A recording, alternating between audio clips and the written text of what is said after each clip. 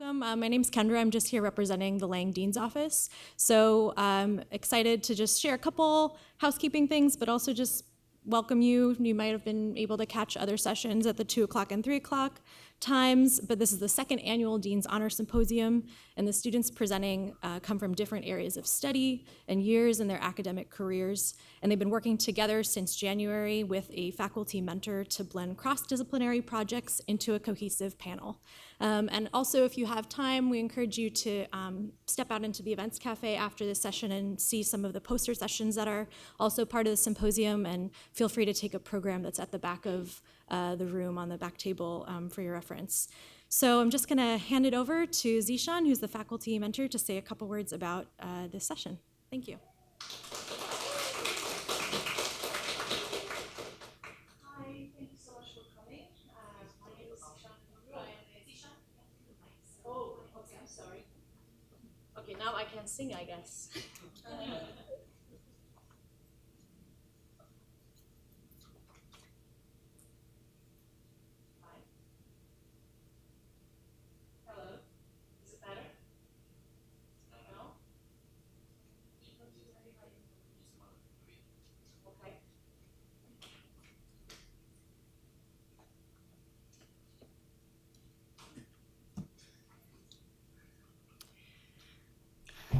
Hello. Hi. Okay. So I was just saying that my name is Zishan Ugurlu. I'm the faculty advisor for this team, and it was a wonderful process for all of us, and we titled Deconstructing Representation. And just I want to say 2 words to start with. Reagan said that seeing a reflection of oneself is an important aspect of identity. But what happens when your reflection is not just absent, but deemed unpalatable or dangerous? Or perhaps one facet is accepted, but another is not. So this process was about demystifying kind of this world that Reagan and Emmanuel will talk about it. And now I would like to invite Reagan Rodriguez to start with. Thank you. Okay, great. So hello, everybody. My name is Reagan Rodriguez, and I'm a student at Eugene Lang. I study global studies and psychology, and I was awarded the Eugene Lang Social Science Fellowship Award last spring. And with that, I was supposed to ideally create a research project related to my internship last summer at the Mayor's Office of Immigrant Affairs, and I chose examining LGBTQ identity and Muslim experience in New York City. So this decision raised some eyebrows. I got the question constantly, why study this particular topic or demographic? And to partially help me answer that question, I would like to pose 2 questions to the audience. So I know that's a little bit unorthodox, but we'll proceed. So I would like to ask everyone who has studied or read or discussed LGBTQ issues, gender, sexuality with relation to religion. And you can just raise your hand if you have. Okay. And if you can keep your hands raised if that religion of focus was Islam. All right, so we have 2 hands.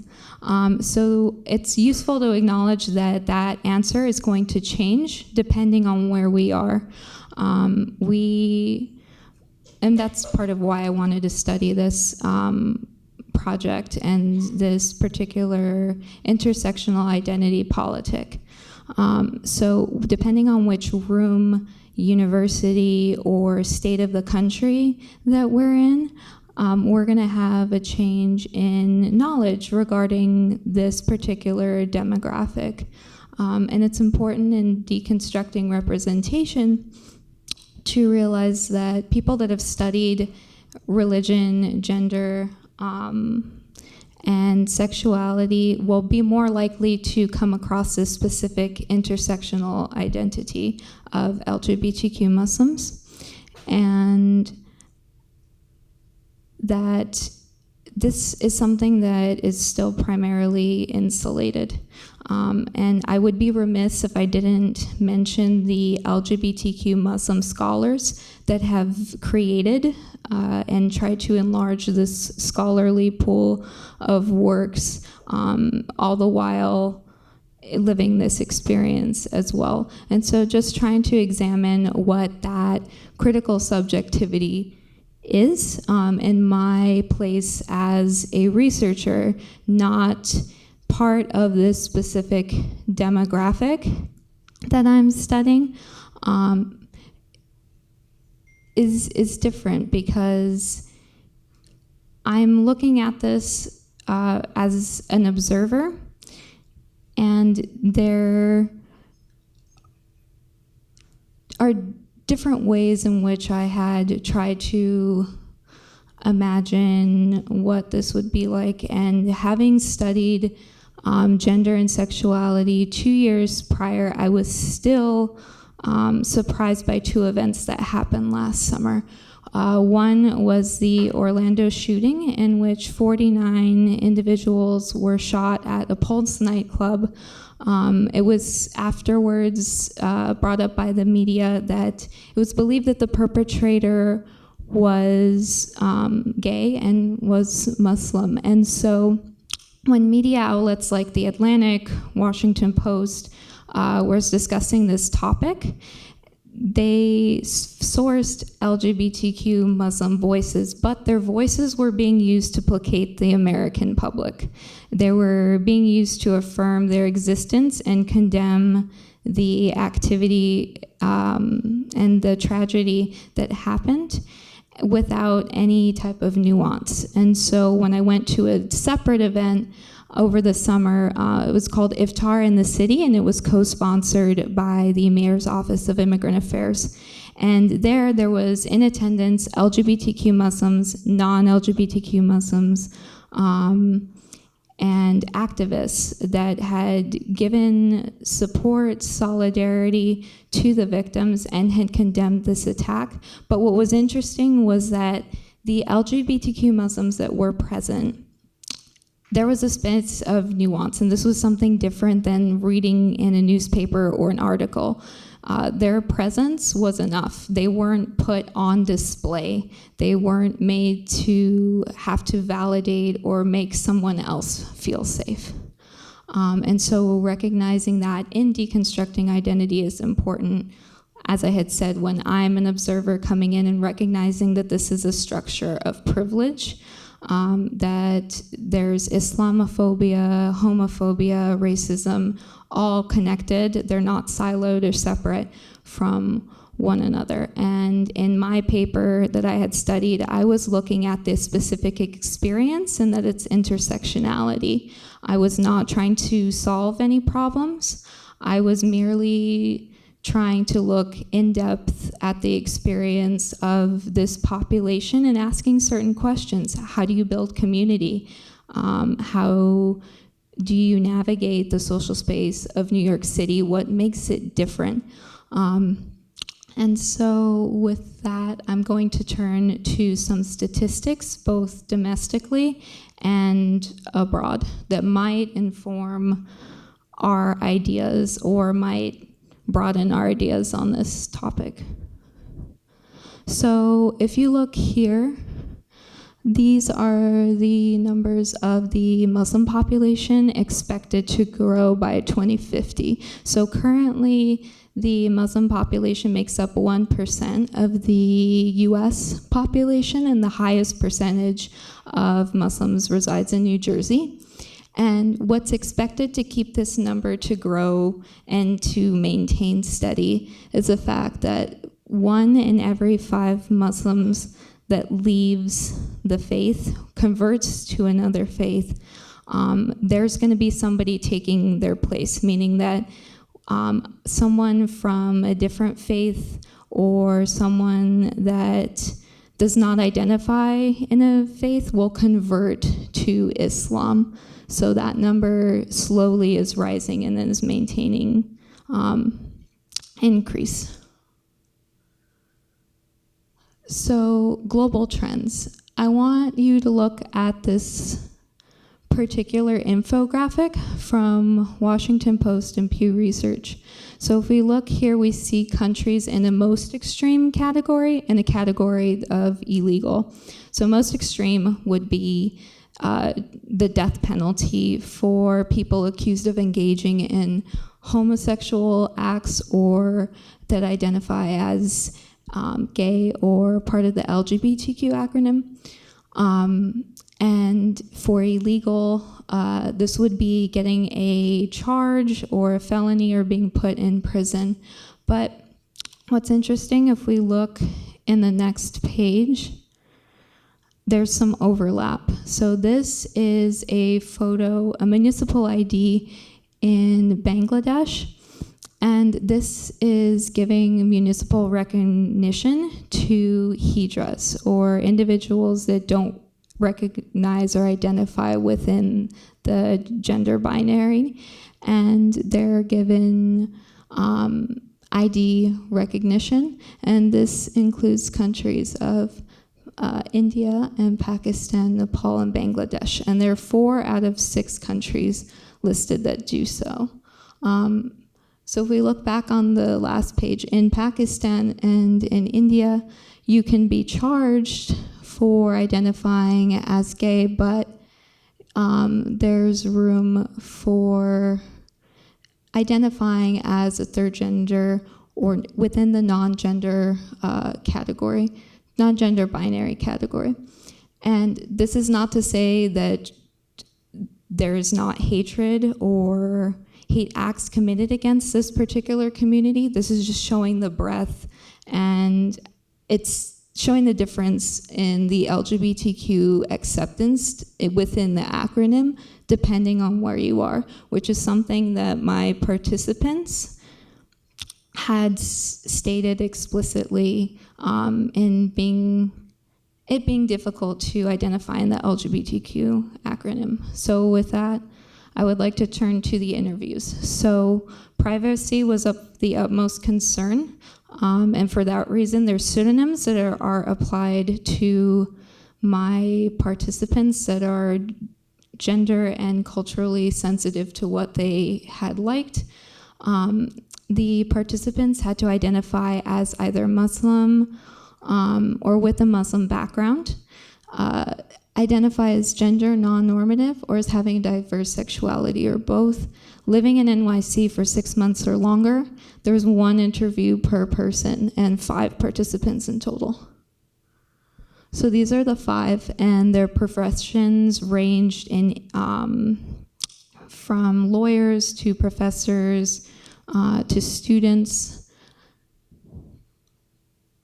And I just want to start with this particular quote from a participant named Taz. Hyphenated identity politics is not my politic. And I thought that really encapsulated this whole project about identity.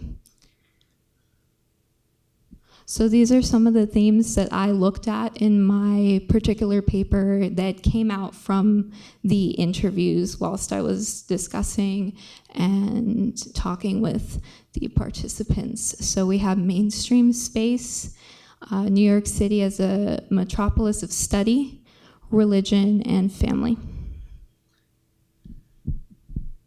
So this is a quote from one of my participants, and it is regarding identity as well as acceptance. He says, "I'm sure if I told somebody that I was same-sex desiring, and I was, that my parents are Pakistani, and that I was born and raised Muslim, they would probably right off the bat think that I'm some sort of oppressed sexual minority, and that I need to find myself sexually.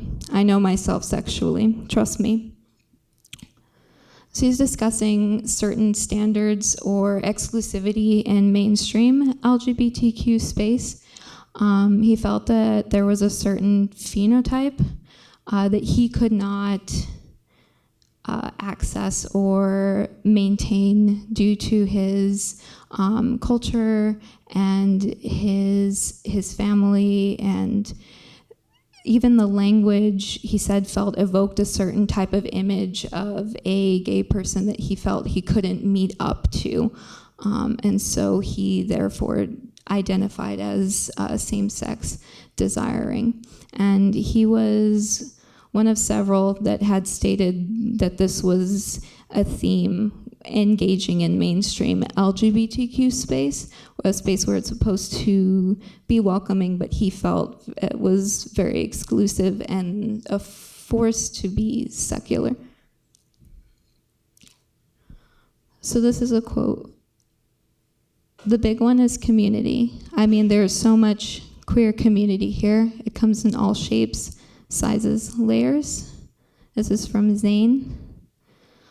But if we look at Chadis, here is it accepted to hold hands if you want, kiss. People still stare, but no one is going to rat you out. And this is talking about New York City specifically as a space, as LGBTQ and Muslim, and it's discussing how there's a need to create your own particular community because there are standards in mainstream LGBTQ space. Two of our participants had gone and created specific meeting places and groups for LGBTQ Muslims to bypass these standards. And other participants stated that there was a nice feeling of being able to be anonymous, to being your most eclectic self. But through this anonymity and being private, some tended to isolate quite a bit and felt really lonely through trying to build community. This next view is on religion. This was Ryan, our oldest participant, and they stated not just Islam, but Christianity and Judaism, and a lot of religions have done some awful things to gay people. And there are a lot of people who believe that religion is sort of a source of a lot of evils, and I understand it. I understand where they're coming from. Our other participant felt different. It's actually not even that reconciliation happened. It's that it didn't feel necessary to reconcile my Muslimness and my queerness because I felt like my entire being was moving towards a more politicized lens, and Islam that was like a part of that. And so Islam that I retained was already pro-queer. So across the board, a lot of the participants felt that religion was more fluid, all identified as having roots with their religion, and they felt that it was cultural. Some felt that it was more emotional, but nonetheless, they were all connected to it somehow, even if they were currently disconnected to their church or their family. They still retained their connection to that by fluidity. So this is a quote from Zane once more, discussing family. Even though I'm not practicing, I don't want to be in a space where my family is constantly condemned as backwards or unintelligent. So for all of the participants, as I had mentioned, religion was not just something cultural or spiritual, is also connected by family. And so this was an important duality that was occurring and impacted their ability to navigate mainstream space and New York City as a whole. And a lot of the participants felt that their parents had known, even if they hadn't come out just yet. And the one particular participant I was discussing the interview with had told me that they had not fully come out to everybody in their family, but still felt that they that their mother had known, and for others it was something that this was not very important, that it was not how they acted within their family to discuss this matters as a whole. So what does this mean? I would say that labels are important. All participants had stated that they wanted to get past the LGBTQ acronym. The reason why I still use it is because it is a label that we still use within academia in the United States, as well as culturally or in discussion. But what do we think about this moving forward? How do we create labels that are more culturally sensitive? And in terms of space and community, how does labeling impact your ability to navigate if you feel that the acronym that you're using is too constricting or evokes a certain image that you feel you can attain? So for future area of study, I would like to expand the amount of participants that I interview, which I'm doing in my thesis currently, as well as looking into space and language more in depth. So I would just like to thank you for this presentation. If you have any questions, we can go after, but I would first like to hand it off to my partner, Emmanuel, and his project.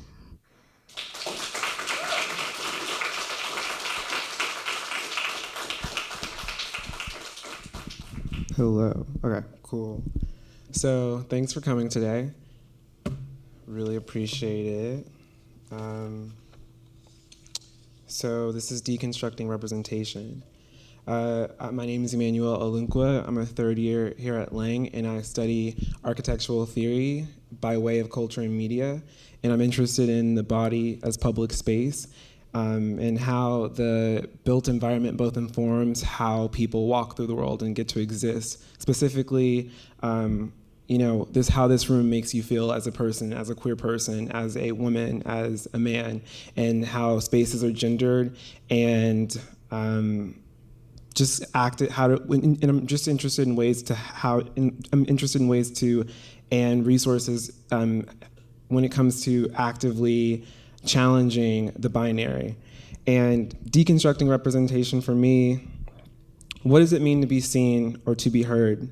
What does it mean to make a gesture? Or better yet, what are the modes of display, and how should one move through space?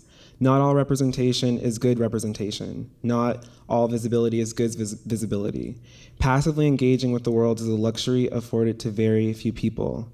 It is the same privilege that oftentimes fails to recognize itself, and is in turn seen manifested in many forms, spanning social, political, and economic economies. Being subjected to being a stand-in for a body of people is unproductive and demands marginalized people to do unpaid labor because of the various stereotypes and tropes projected onto their person. That fixedness is that thing that they're constantly trying to defy. Deconstructing representation is a documentation of our attempt at understanding how things work, showing that there is no right way to exist as a person of color. We are in the business of demystifying the various systems that have come to shape and inform how we are and who we are. So I was never meant to be an artist. I struggle with the claims of what makes someone an artist, and I just make things. I see things and I respond and I react to them. And as a person figuring out their subjectivity and their selfhood in this world, I've had to negotiate myself and queer my way into certain spaces that weren't meant for me. So this is a video that I made last year called Spectrum. And you can't actually hear the sound, but it's of Queen Latifah, and this is from Living Single, which was a New York sitcom in the 90s about 4 women of color challenging everyday life. And it's a video that depicts different types of Blackness. It goes from living single to Family Matters to Claudia Rankine's reading of Citizen to Sister Act with Lauryn Hill and Whoopi Goldberg to Set It Off with Queen Latifah, Jada Pinkett Smith, and Vivica A. Fox. And the whole point of this video, which is linked together with various, with an interview that questions what Blackness is and what Blackness can be. And it's a news clip of like Black bodies and like of what Black bodies can be and how they can exist in certain spaces.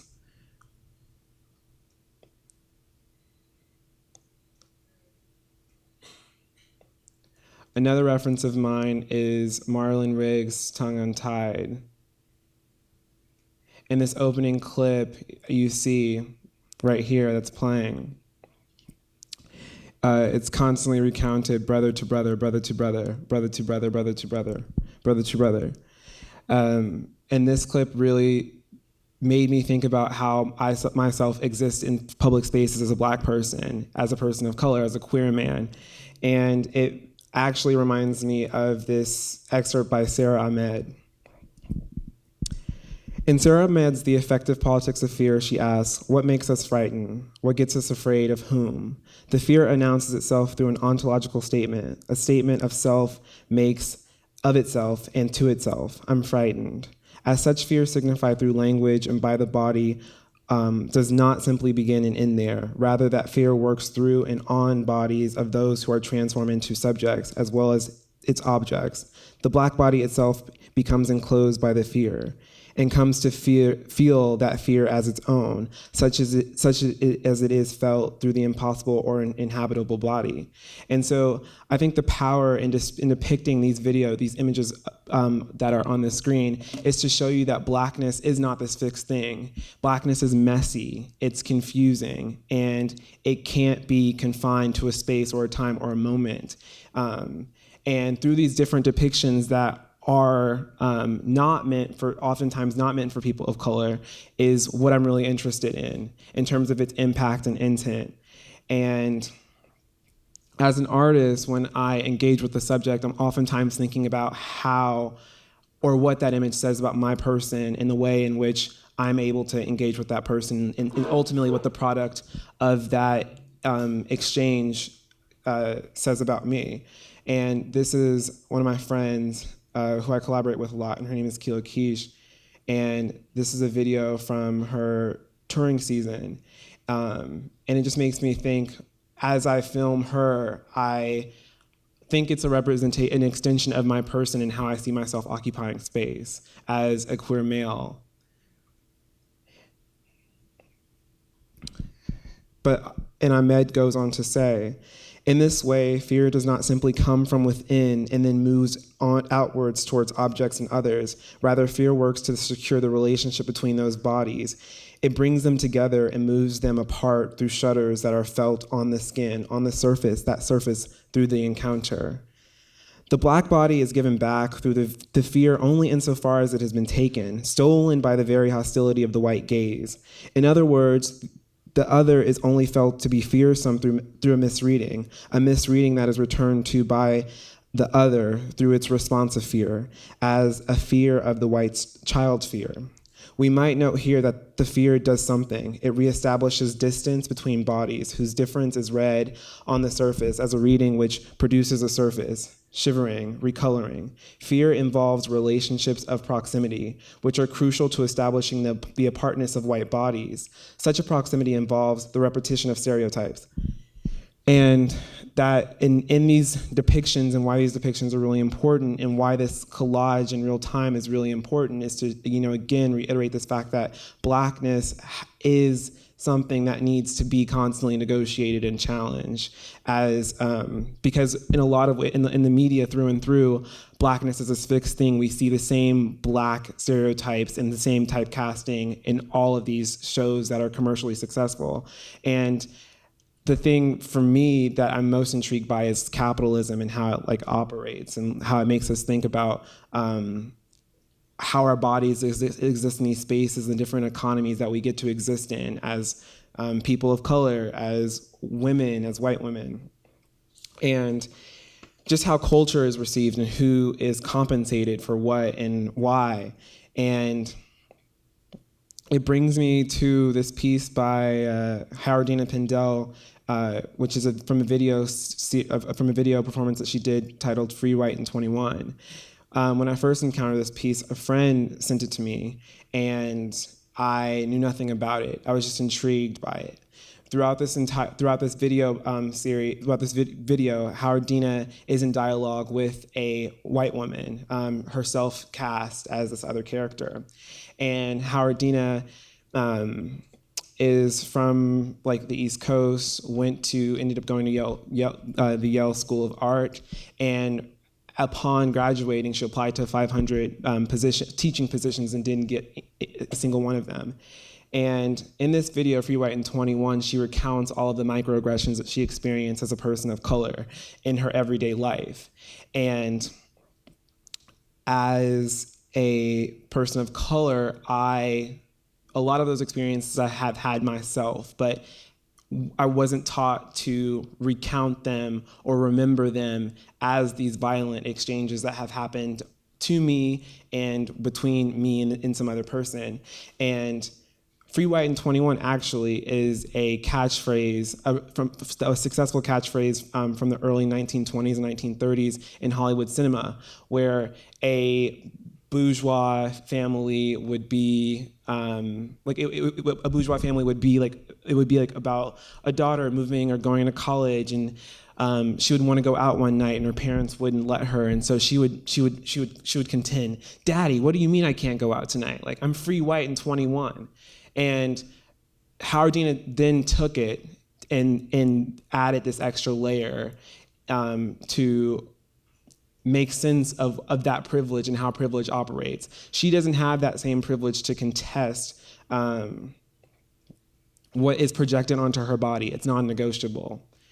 And it makes me think about, representation as a whole and who can challenge what and why, which brings me to this show that happened in Artist Space in 1979 by Donald Newman. He's a white male, and the show happened in '79. And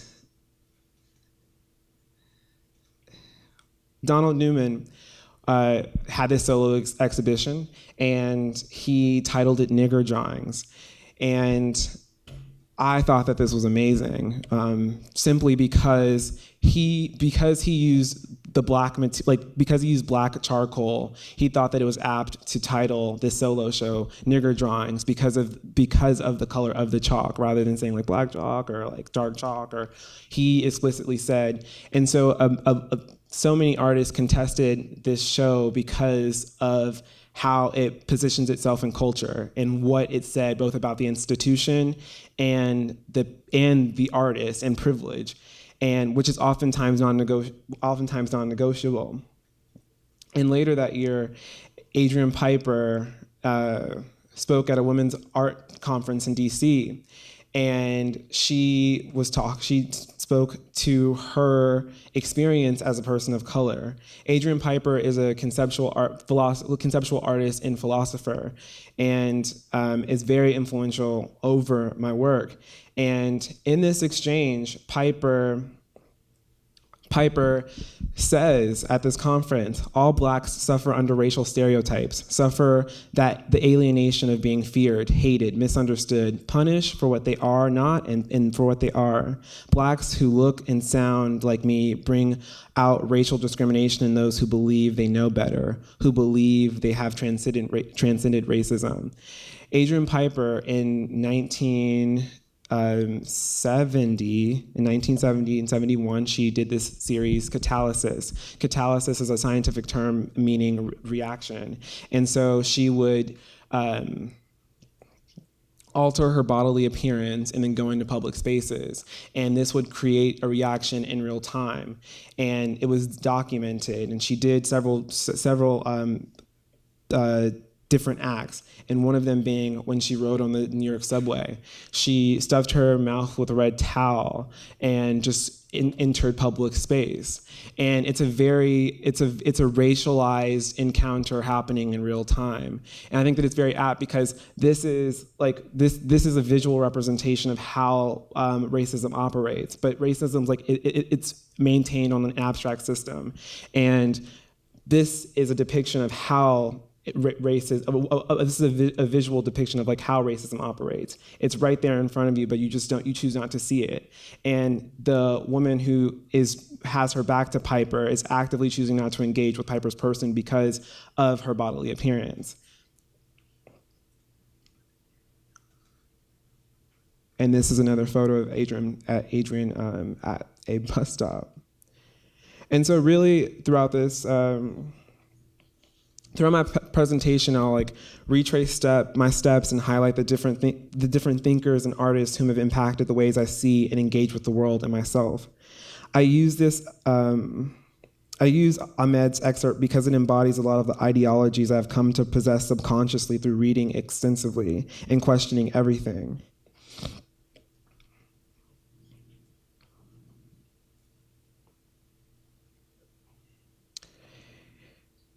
The reason why I bring up Adrian Piper's letter at the DC conference, and more importantly, what this woman Barbara Barr, who was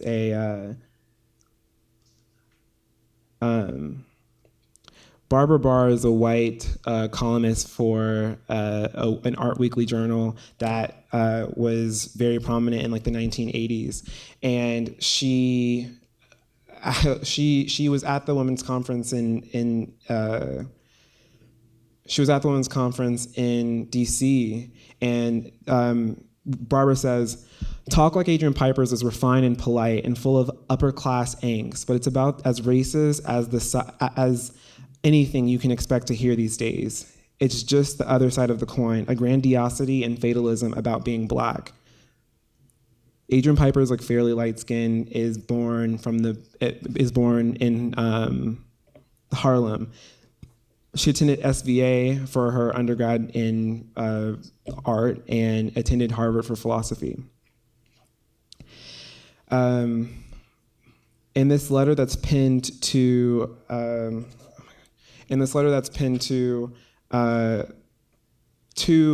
editor that published Barbara's article, it reads, "If Barr imagines successful blacks as somehow immune to racism, I suggest she read the article Strangers in Paradise in this week's Village Voice. It describes some of the experiences of middle-class, college-educated black residents of Long Island, like the black doctor who looked suspicious to a local cop and who therefore got searched at gunpoint in his own driveway. A rarity, you say? Then how come every privileged black person I know has at least one tale to tell? A minor incident that really can't be compared with the constant suffering of the black poor. Nobody black is interested in such comparisons. Divide and conquer has always been an oppressor's game, which is why light-skinned blacks like Adrian Piper refuse to forget about their African ancestry, why successful blacks like Adrian Piper refuse to ignore the ties between this behavioral racism they frequently encounter and the structural racism they seem to have largely escaped.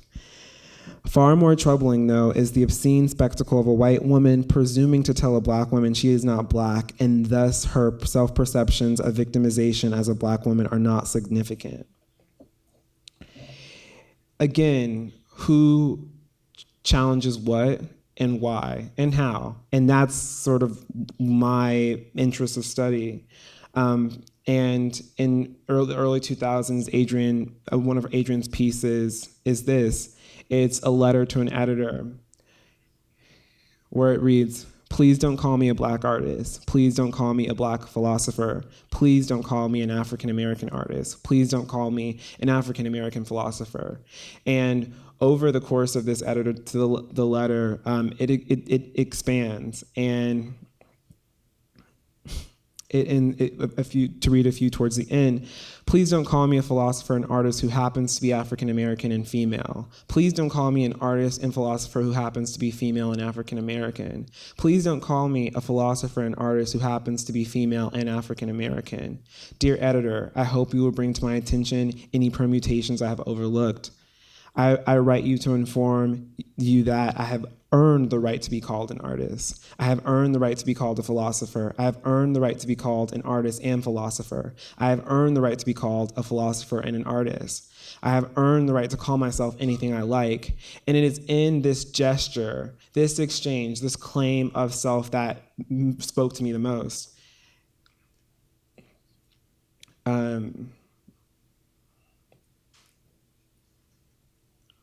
This is a still of an image of the artist Martine Sims from her upcoming show at MoMA. And in these stills, you just see a woman sitting on a wall, and a Black woman. And it's in these images of this like cultural production that like normalizes like people of color being in these spaces that aren't like necessarily being surveilled. And these were a few images from Martine's upcoming show.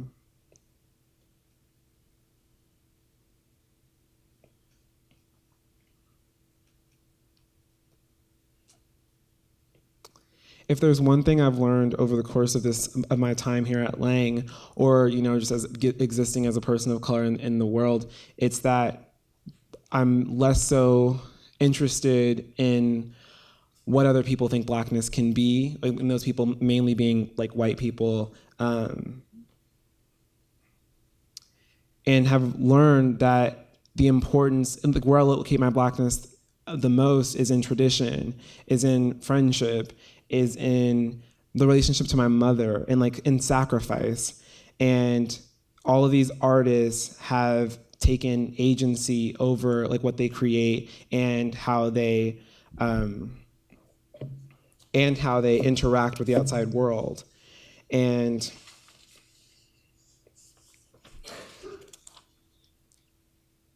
Adrian Howardina Pindell in the 80s wrote this text, third text. It's and she basically just like talks about how artists, again, like this question of like who can contest what and why.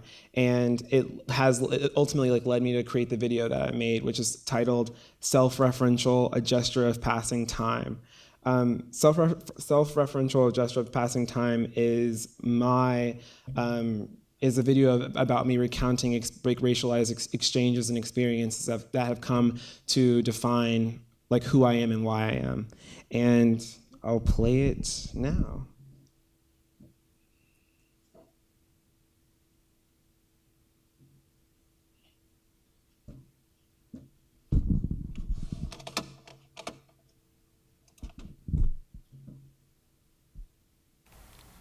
When I was in elementary school, one day my mom had come to pick me up and was questioned several times before they released me to her because they found her to be too light to be my mother.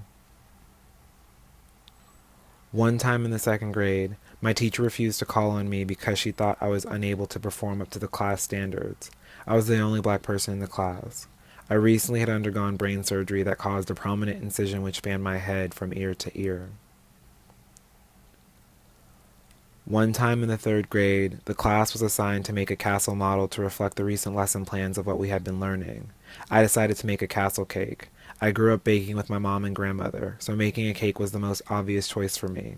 My mother never inserted herself in my school assignments. She actively encouraged me to make my own work despite the challenges I faced. For the project, I had to do the decorating, baking, and planning, making sure to incorporate all of the components. I finished the cake and took it to school on the following Monday, where my teacher refused to accept the assignment because she had decided that my mother had done the majority of the project for me.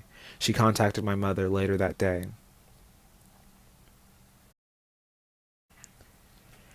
It was felt in the difference of changing environments when I enrolled at another neighborhood school after spending a semester doing independent study. After leaving my rigorous, mostly white school, somewhere in my transition I became that Black kid and was no longer Emmanuel.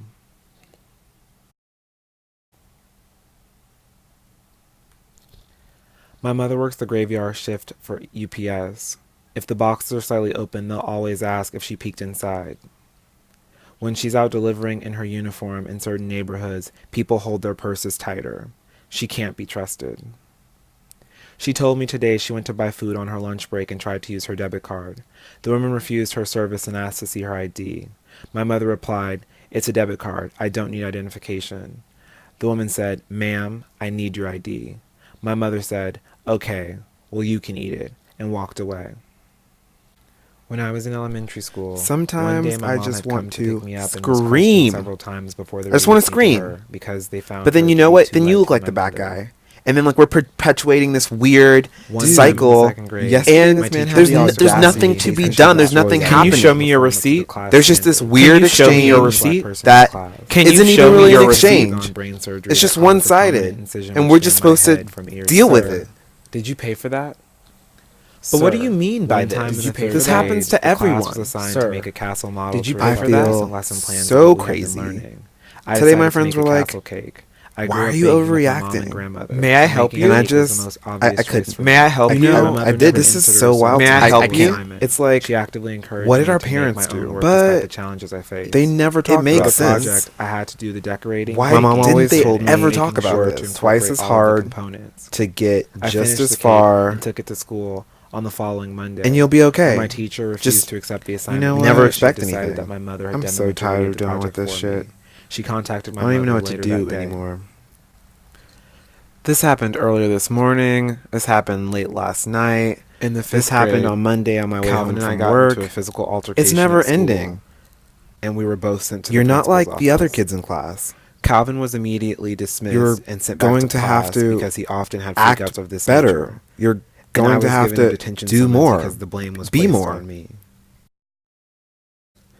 When I was 6, a year after my brain surgery, my mom and I went out to get something to eat. I began to get comfortable, so I sat down and took off my hat. My mom heard the family next to us gasp and say under their breath, She must have beat him.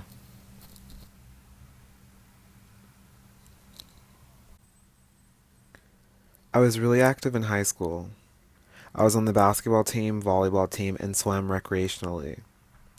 I was the photo editor of the yearbook and class vice president.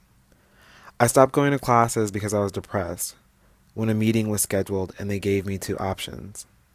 Option 1, stay and withdraw from the advanced placement and honors classes I was in and quit my extracurricular activities. You know, or option 2. What did your mom always tell you? Leave. You have to work So I twice left. as hard to get just as far, and you failed. And there's no room for failure. Thank you.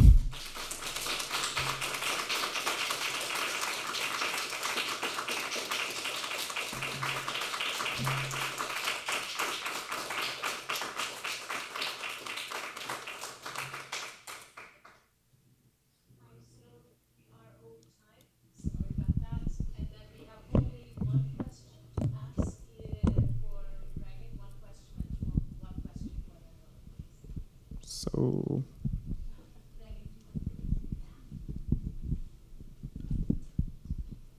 yes.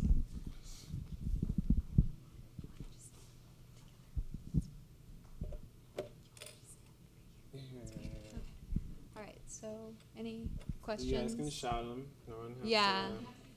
Oh, okay. All right. So we're using Yeah. it. So we will repeat what you say. Or if you have anything to say. So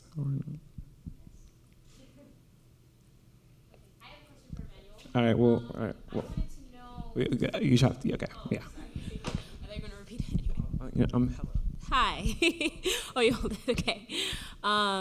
Great job. I definitely wanted to know sort of your stance. I don't know if it was Barbara Burr or Adrian Piper who wrote that whole letter, like, don't call me an African-American artist. And I just wanted to know how you sort of contextualize when people do say they are an African-American artist, but they kind of use that as their sort of agency to empower those terms, or like even recreate and take the word nigga, nigger, like all of that stuff.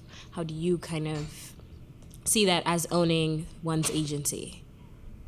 I mean, it is something I actively struggle with, and will also do think about. I think you can't undermine what fuels and inspires a person to create what they do.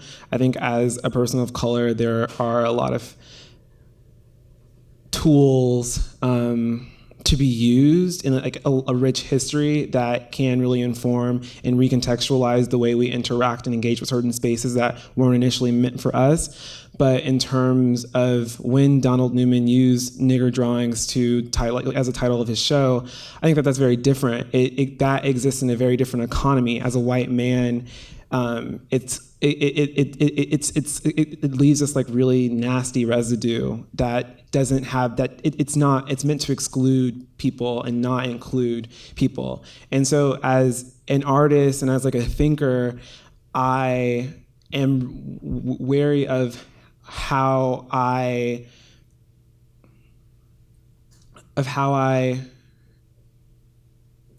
police other artists or critique other artists, because as a like person, a woman, a man, or whatever,